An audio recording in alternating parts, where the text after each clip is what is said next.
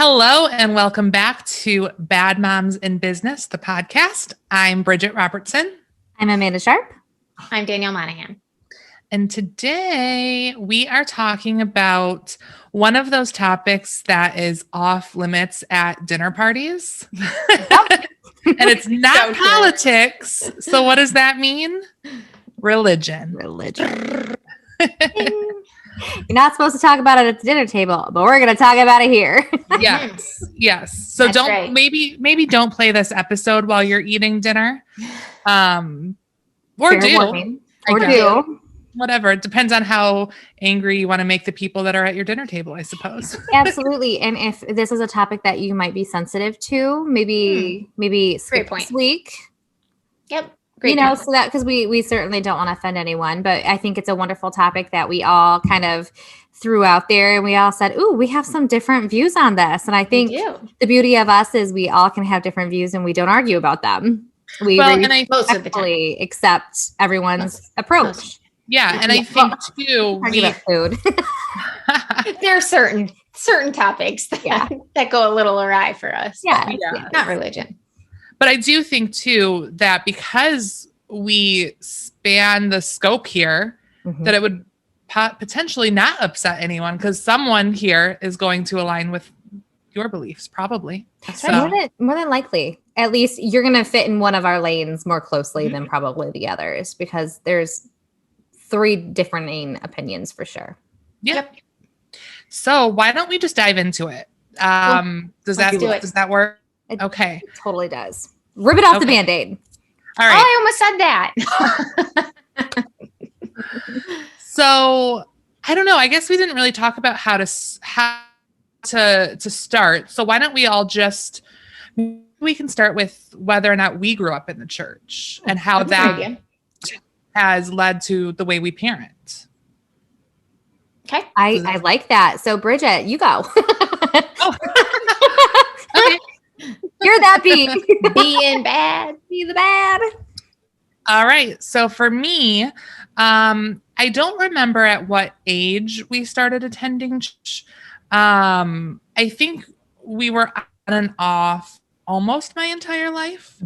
But when my parents were still married, we attended a Lutheran church because that's how my dad grew up. And then when my parents got divorced, my mom took us back to the Catholic church because that's how she grew up. And so I have kind of a different background because of those 2 religions. They're similar in ways, different in other ways. And we won't even get into that. The different types. Yeah, for sure. Right. But yeah, so I think by the time I was in high school, I think we really weren't seriously attending. We went here and there. And then in my 20s, I strayed. And I came back in my late 20s, I would say. So that's my just little like last background. week then, because you're so young. That's right. Thank you. And you guys go very regularly, correct? Say that again. I'm so sorry. You guys go very regularly, correct? Now? Yeah. Oh, yes. That's what I thought. We are every week. We serve 2 to 3 times a month, with usually about 1 weekend a month off, but we still go to service. We host a small group in our home for young adults. My kids are very involved. So yes, we're super, super involved now. I like that. As far as myself, I was very similar to you, Bridgette. I grew up in a non-denominational church, but we kind of came and gone and came and gone and came and went. And it had a lot to do with, there was 4 kids and the ages kind of were span out. So I think like you got into a groove of going, and then like my mom would have a kid and we would stop going for a little bit. Or if a kid got sick, because it's really easy as anything is you can be in a very good structure of doing it. And then just a couple weeks of bad luck or just inconveniences cause it to then you stray off that path, like exercising or whatever. So it's so hard. Like once you're on that ritual, it's so easy to break once you break it, and it's so much harder to get back on it. So I think, I definitely grew up with it as a foundation, and my mom spoke of it often, even at home. So even though we weren't necessarily in the four walls of a church, there was still a lot of conversation, and not like the biblical conversation, just like a lot of references to God and stuff like that. So it was kind of always just out there, but not necessarily like the words within the Bible. Mm-hmm. Makes sense. Danielle, how about you? So I was raised Christian. My mom, when she grew up, they did not go to church, at least very regularly, I don't think. And that was kind of how she raised me. We didn't go to church or anything like that. We didn't pray before meals or anything. I did usually pray before bed. We kind of like Amanda, we often talked about God, not in like the biblical sense, but we often had conversations about things like that. But yeah, never went to church regularly, to be honest. I think I've gone maybe, and this is a stretch, 10 times my whole life, maybe. You're not alone. Most of those were with my best friend growing up, Jamie. And she was Pentecostal. We would go to her church occasionally. And then I've gone to some non-denominational here and there. But yeah, that's really it. Yeah. Not a whole lot of church going. And I think too, I'm going to try and say this in a way that's not offensive. Here we go. I know it's so hard. I'm like, okay, how do we get to the next I think that, for example, the Pentecostal church can be intimidating. We'll use that word.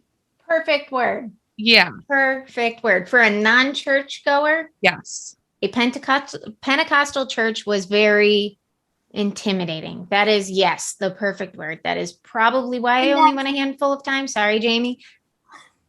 It was a bit abrasive for me. Because, correct me if I'm wrong, the Pentecostal church believe, and I may be using, I don't want to mince words. I may be using the wrong term, but they believe that the Holy Spirit comes upon them and allows them to speak in tongues. And there's a lot of that happening in the background. And for someone who has never been to church, or maybe went to a church where that wasn't happening, that could be scary, especially for a child. That was I will just say it. I'm a very spiritual person. And if I heard someone start talking in tongues, it would intimidate me. I mean, and that's not to be offensive to anyone. It's just, it's an experience, and it's one that you don't often see. So it's nothing to be critical or anything like that. It's just, like you said, for a non-church going young adult, that could be very overwhelming and a lot to digest. Definitely. It was, I feel like maybe something that a conversation should have been had prior to me going. Well, because I didn't to their defense, know about that at all. Something so natural that they never even thought how maybe to somebody who was coming from the outside in, that it would be maybe that experience for them. So I think that's a really, really good thing, especially if parents are taking other children to church with them and they might not be church going children. It's to give them a little preparation of what the experience is like ahead of time. And definitely, I would think, would make the experience a little bit better. And I don't know if random people are just taking random kids to church anymore. I think going to church with friends was a thing when we were growing up. It was. And I guess I don't know if that's really a thing anymore. I don't know. I also don't have a kid that age. So sure. True. We have very seldomly do we have kids that don't belong to the family that they're with come to church. Which, I don't know. I think we're just growing up in different times. And I feel like, and maybe Danielle, I think you experienced this more than Bridgette and I, so you're the person who to speak of this. I think, and I'm assuming here, a lot of it might have been like if you spent the night at somebody's house on a Saturday night and you would just go to church with them the next morning because that just was part of the routine, and you just became in tow because that was where you were going to be left behind. So that was the case with you. Okay, that makes sense. So I think it wasn't like we woke up Sunday morning and they asked me to go and they came and picked me up. It was definitely a spending the night situation. Yeah. Yeah, and it's funny because we have neighbors next door and we like to do sleepover randomly, and it'll be a Saturday night and I'm like, you don't want to spend the night with me on Saturday because we get up and we're at church by 8 a.m. And not that I wouldn't take them, but it's a long day. It's a long day for you, and you're an adult who is making the conscious decision to do it. So but you're preparing them. Yes. Yeah. And I think that's good. Yeah. Yeah. So we so our experience now, and I think that we'll all have something to talk about on this topic too. I think a lot of it is dependent on your spouse. Ooh, right? Great point. Yes, yes. So I was raised in a Catholic/Lutheran household. My husband was raised in a Baptist household, and notoriously, like those don't mix. See, this is where my confusion comes in. I don't get anything about Lutheran and Baptist, and I think so. Catholicism is probably the one that I understand the most because I feel like that one is, and totally correct me if I'm wrong, I feel like that one's so different from some of the other ones, but I just feel like that one I grasp a little bit better than the differences in the others. Yeah. And I think too, Catholicism is probably the most mainstream. Yes. That's fair. Outside of a non-denominational Bible-based church, which is where we are now. Our church is not denominated. That makes sense. Except by the Robertsons. They dominate. We are strictly Bible-based, non-denominational. But yeah, I think when you hear, especially celebrities, I feel like talking about their faith, a lot of them are Catholic. Yeah. I don't know. It also, I think, might be locationally where we live too. I feel like we have a lot of Catholic churches in the Southeast Michigan area where maybe other areas. Well, and I think that. I didn't know that there was a Bible Belt of the United States, but there is like a Bible Belt, and that's probably like Southern Baptist type churches, along that area. So I think it is absolutely based on location. Even country-wise. And I'm pretty sure Bridgette froze. Yes, we have lost Bridgette, so we shall carry on but we have a cane. But we have a cane behind you. Yes, my dog, if anybody is actually watching the video, my dog, this is Kane. He's a retired racing greyhound. Yes, he is in a diaper. In fact, long story, we don't need to get into it today. That maybe will be another episode. And we could talk all about our pets. You do a whole pets episode. But I think religion is, and I don't want to get into the kid part until Bridgette actually comes back in, because I think that that's some meat and bones of what this particular episode was about. But I think it is so interesting. But I would like to talk about the spouse part, why she's, because I think that's such a valid point. And I'll start if that's okay. So I grew up non-denominational. Marcus grew up Lutheran.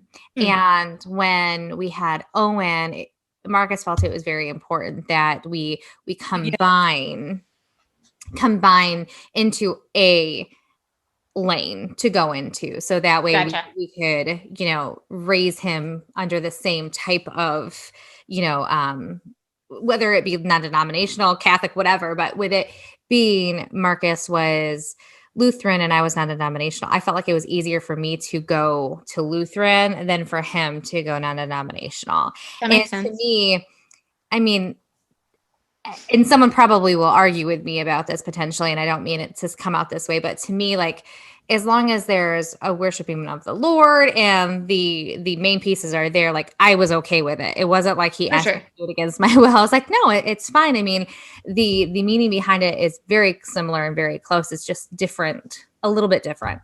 So I had to go through like the whole process of getting confirmed. I had to take the classes, and I did that as an adult. So Owen and I were actually baptized the very same day. Well, that's lovely. Isn't that sweet? And so I had to, it was a lot of hard work. So I guess, like I said, I know nothing about like the different nuances, but I did not realize that was like a whole thing.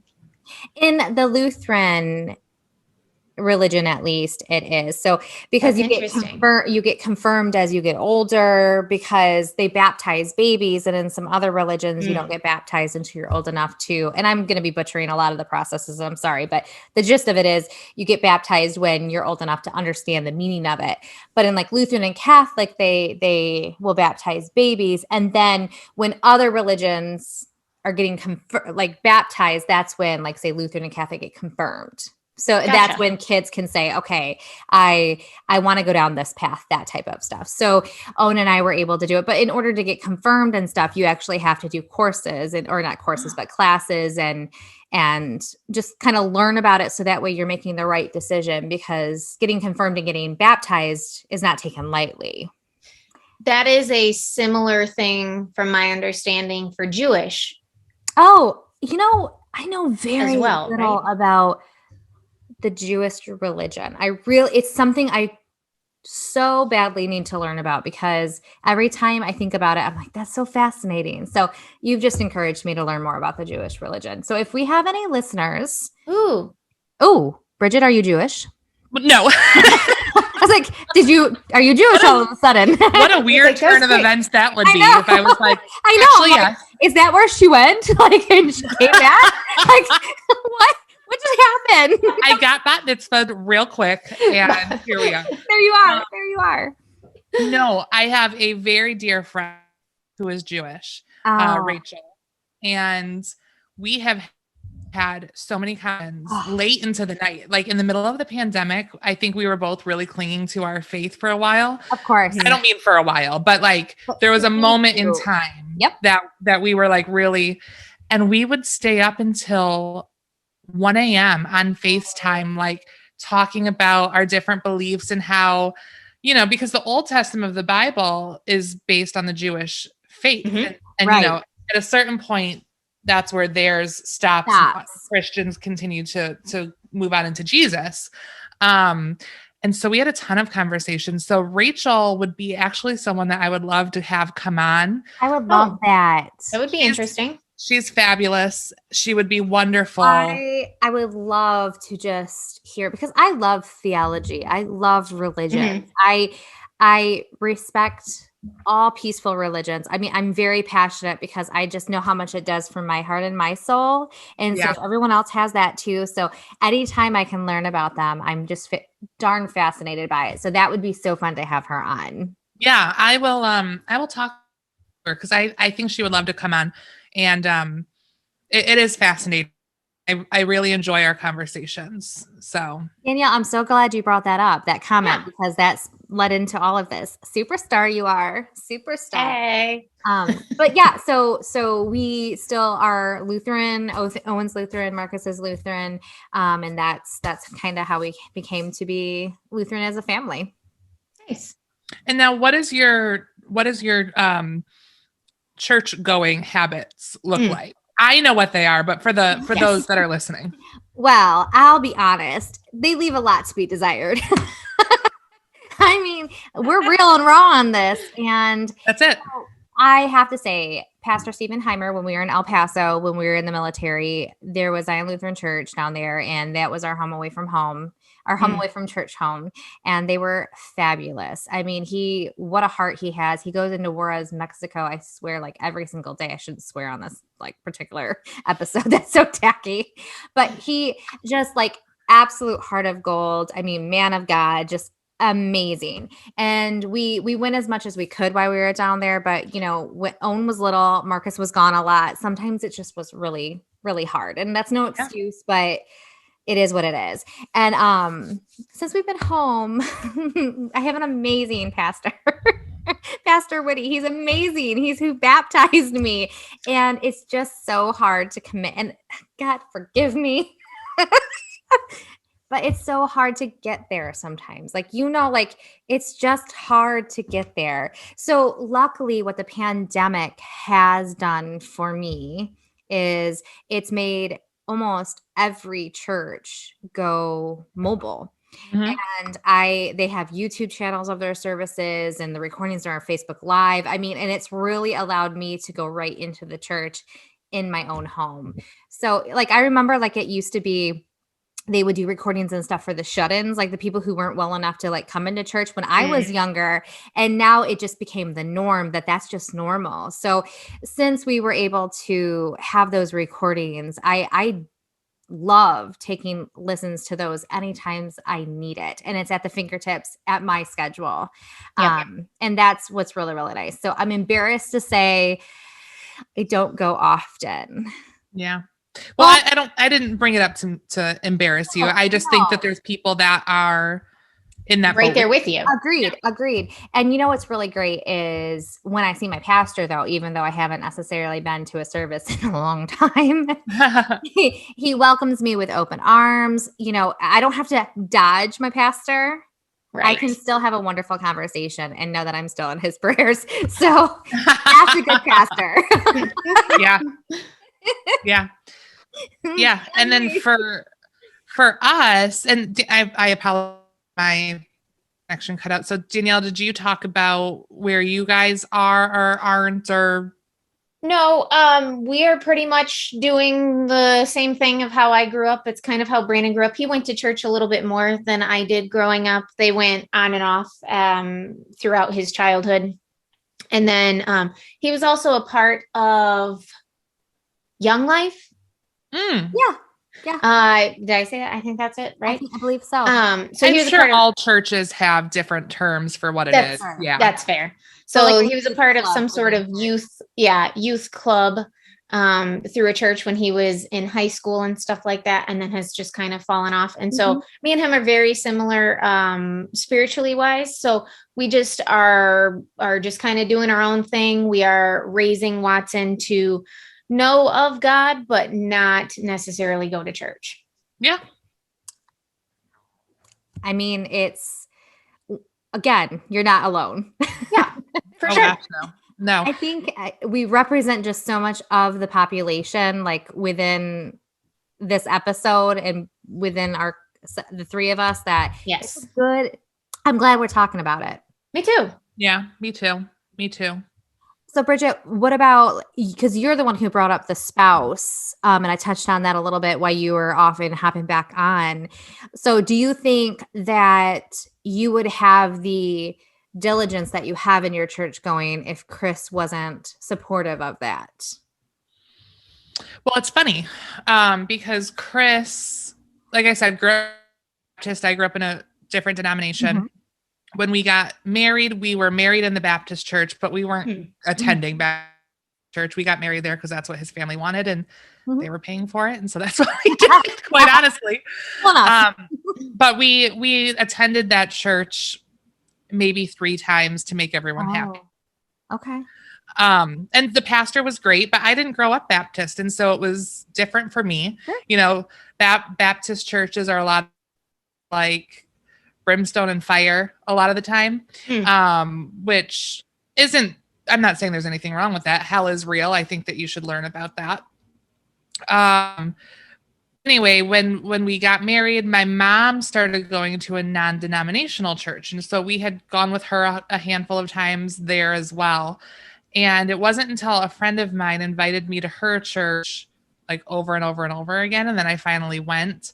Chris and I were going to church together, but he used to work in a job where he only had one weekend off a month. Yep. And so I was the only one going to church. I mean, he would go the Sundays off, but it was me. And I was fairly diligent about going every weekend to that church at the time. And then asked to join, to start serving in a specific area. So that meant that I had to serve more and had to be there more. And then we opened our own church 2 years ago, the River Bible Church, if you're in Michigan, the Downriver area and you want to go. And so Chris is now working a job that allows him to be off at nights and on the weekends. And with that, wonderful. Yeah. And with that job change came the availability for him to be able to serve and go to church. So as much as I would like to give him credit, it's me. But I will say, We just have to mention Chris every episode. So Right. there you go, Right. Chris. There you go.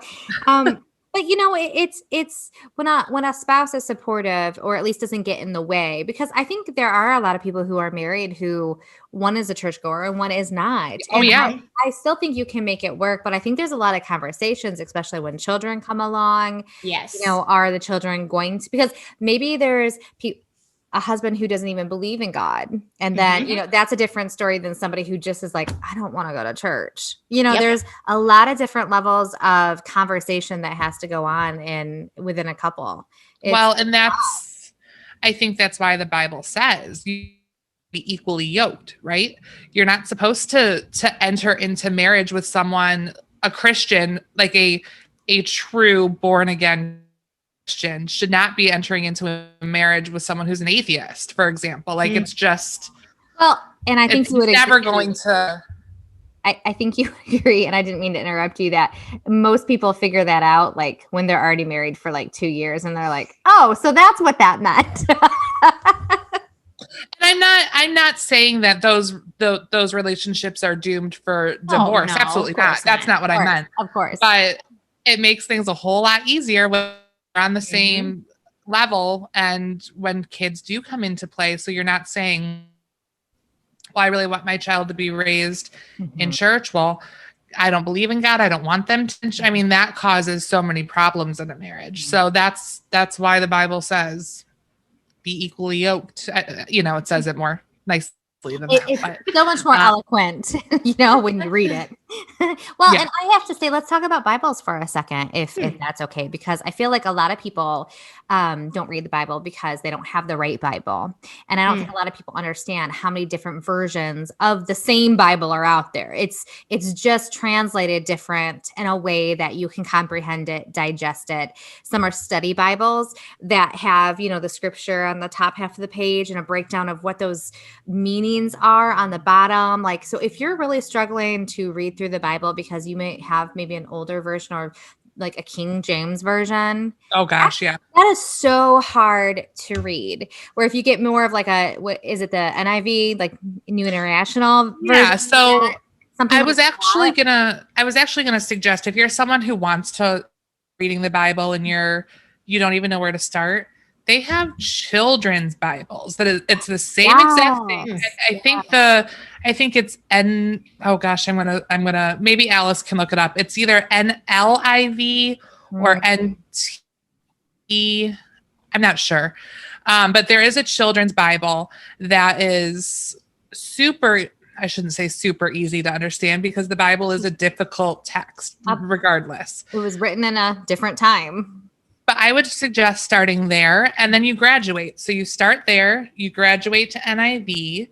From NIV, you graduate to, I don't know, there's a bunch of different translations. ESV, New King James, which has none of the thous and, NASB. I mean, there's a ton. I have multiple translations. Absolutely. So don't give up. Like, look for the proper Bible for where you are in your journey, because that's important. If you have a heart to learn more and you can't even learn it because you can't even understand what you're reading, that's difficult. And I love, like, sometimes it's funny because this is just what Amanda does. But if I'm ever having like a really, really bad day, bad week, bad moment, whatever, like sometimes I'll just get out my Bible and flip. Like I'll do like the fan thing, and it'll open up and I'll put my finger on a particular verse. And wouldn't you know it, that verse is exactly what I needed. And whether it be that the Bible's just full of verses that you need,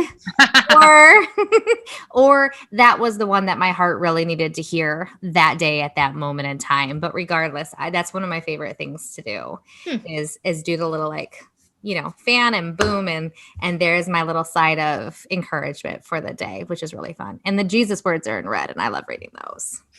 I love me some Jesus. I do own a Bible. It's not here, of course, because why would it be, right? Why would it be with the rest of my books? I don't know. I actually have it in like a wooden case. Anyways, it doesn't matter. I have a Precious Moments Bible that my dad or my grandma on my dad's side got for me for, I can't remember if it was like my birthday or Christmas or something when I was like 6 or 7. I think I've been younger than that. Anyways, it doesn't matter. Does anybody else do this? This is so weird. I keep obituaries in there and like money. I have some of my most precious like photos of Owen in there. I love that. I have like my family tree in there. Oh, interesting. I don't have like one. a pressed flower in there. Like I have some pressed flowers. Most precious things in there because that just seems like I try to keep my Bible safe. And so that in my head makes me think that those treasures will be safe. So I'm right there with you. Okay, good. Maybe not the obituary thing, but treasures. Like all of the obituaries. That's fine. Well, I think that's really interesting. So as far as like Owen goes, I don't force him to go to church. If and when, well, I shouldn't say if, because when I go to church again and make it more part of my ritual, as I should, because I do feel like $1 million when I do it. I really do. No different than when you exercise. You're like, you feel good afterwards. Yes. But if Owen says, I don't want to go, I'm not going to make him go. I'm not that type of mom. I'm not that, granted, he's much older now, you know, so there's a different, I don't want to say game because that's the wrong thing, but there's a level of respect that I can have for if he doesn't feel like going or want to go at this time, that's okay because he's growing into he's very close to an adult. And I know he's only 14 and a half, but he's also going on the way to 15. And I really feel like there's a fine line between shoving it down someone's throat and them being, repelled by it. And I just don't want to do that to him. So hopefully just through the example and like you and I discussed, like there was conversations about it growing up anyway. Yes. And so those conversations honestly stuck with me probably more than going to church. And I don't mean that to sound like church isn't important because it's so important. Oh, for sure but it is. I feel like the daily conversations during real life were so important for me because there were real life lessons during those moments. Well, I think something for me too that was hard growing up was I knew a lot of people growing up that went to church regularly. Either they were forced by their family or they just made that decision to go. But then we're like, not the best people, which is a terrible thing to say. But you know what I'm saying? Like they weren't making great choices, especially as, And I was just like, man, this seems so backwards to me that you're telling me that I need, because I would, from some of my friends, I would literally get grief about not going to church. Yep. And then it's like, but I'm still making better choices. Absolutely. Like, I feel like church is a great checks and balances. I think it's a good piece of the pie. It's a good thing to do. There's nothing wrong with doing it. But it certainly isn't the only ticket if you're a believer in heaven to get into heaven, in my humble opinion. I feel like our actions mean so much more than emotion of going to sit in a pew on a Sunday. Yep. And that's not to downplay church, but I just think there's definitely so much to the whole picture. And not that we're talking about praying, but I'll start talking about praying. I am like a prayer. Yes, you are. I am like constantly like on the phone with the Lord.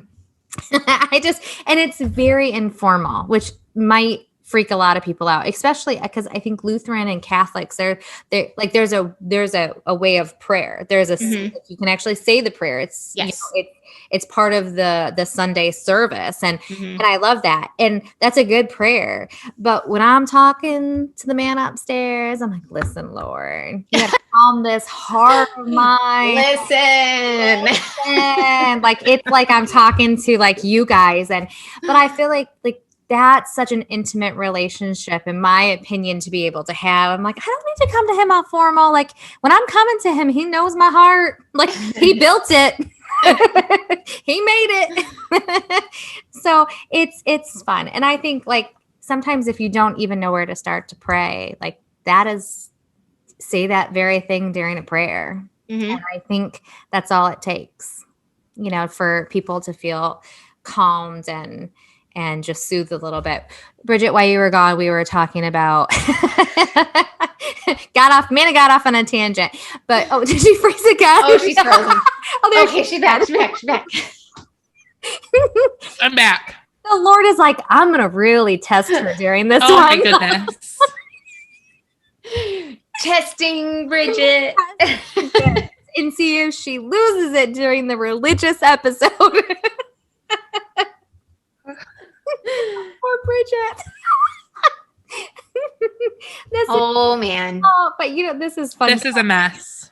It's okay, Bridgette. It's okay. But what we were talking about that, just the routine and the ritual of going to church on Sunday isn't what makes a person a good person. Where it's the person, the heart of the person, the actions of the person. Because Danielle had said that there were a lot of people who maybe gave her grief about not going to church. Mm-hmm. They went to church, but they weren't necessarily doing good things, Monday through Saturday. Right. And nothing's worse or than even on Sunday. Yeah, exactly. They weren't even out of the church doors. Right. Yet. And they were, there's plenty of people like that. But that can be very discouraging to, hear from somebody. She's going to be so mad. Well, how do we wrap this episode up before we lose Bridgette for good? Which we might have already. I'm not sure. Oh my gosh, this is so good. Well, I think I just love that we're having a conversation. We can have such differing views or approaches as a married couple, but also as a parent and as a mother. And look, we're laughing and having a good time during this conversation. Exactly. Nothing has to be so serious. No. And I think we all are very fascinated by religion, even if we're in 100% religion, and so I think if everyone can have that open heart for curiosity, the world is such a better place. So even though religion can maybe be taboo at the dinner table, it should not be taboo here on Bad Moms in Business. That's right. I love it. Love it. Maybe our B should be open-minded. Oh, that's a great one. I'm writing that down. Is that good? Just be open-minded to other people's religious open-minded. Be open-minded. I love it. Is Bridgette coming back now? I'm not seeing her. But that's okay. That's okay. She got most of what she needed. Yes. Here she goes. Oh, okay. She's coming back? Maybe. This is real life, y'all. We say that all the time. Life. This is real life. She's just joining. Oh, I hope she can pop on at least to say goodbye really quickly. Yes. She has a name. She has no face though. Bridgette, please be there. Please be there. Okay, I guess maybe not. So I guess we'll wrap this up. Be open-minded. Be open-minded. If you have any questions, I know Bridgette is very open to discussing that type of conversation or her beliefs or her church schedule. I am as well. And Danielle, I'm sure you're very open-minded too. And if we have any Jewish friends out there who want to just kind of send us some nuggets or good reading material, maybe. That would be really any type of religion. I mean, there's oh my gosh, there's so many different religions out there. We want to know what your religions are, what you believe. Bridgette's back. Oh my gosh. We are just saying bye. So I'm glad you're back. But we were saying if anyone out there has different religions than us, that maybe there's great reading material or a podcast about it or something like that, to share it with us and our viewers, because I mean, I don't know what I don't know. And I would love to be able to know more about other people's religion, just out of respect, one, but two, out of curiosity. I think it's fun. So our B for the day, Bridgette, was be open-minded. Oh, I love it. I love it. That's a good one. I love it. Any final thoughts from you before we say goodbye, Bridgette? I really needed the Holy Spirit to come upon my internet router. Well, I caught one little piece that I just wanted to touch on, which was something about people who are going to church every Sunday but aren't looking like Christians the rest of the week. Yep. And I think that those are the people that give us a bad name, which is unfortunate. Yep. But I would also say that I don't believe people that behave that way are truly saved or truly Christians, because we're supposed to love above all else. Yep. And so I hope that if you have ever been hurt by someone in the church, know that A, you're not alone. Mhm. And B, that I just hope that you would give it another chance. Maybe find a different church, ask a friend where they go, and try again. And I really feel firmly religion can meet you where you're at. Oh my gosh, yes. So if you don't have a church around you or you're too intimidated to take those first steps into a church, just start small and start where you're at. With so many things in life, that's the approach. And try it out. Yep, absolutely. Awesome. Danielle, any final thoughts from you? No, let us know what religion you are, what you believe in, if you resonate with any of us, any questions, anything like that. We're always around, guys. So much fun. So much fun. So be open-minded, and we will see you next week for another Bad Moms in Business podcast. Have a great day, everyone. Bye, guys. Bye.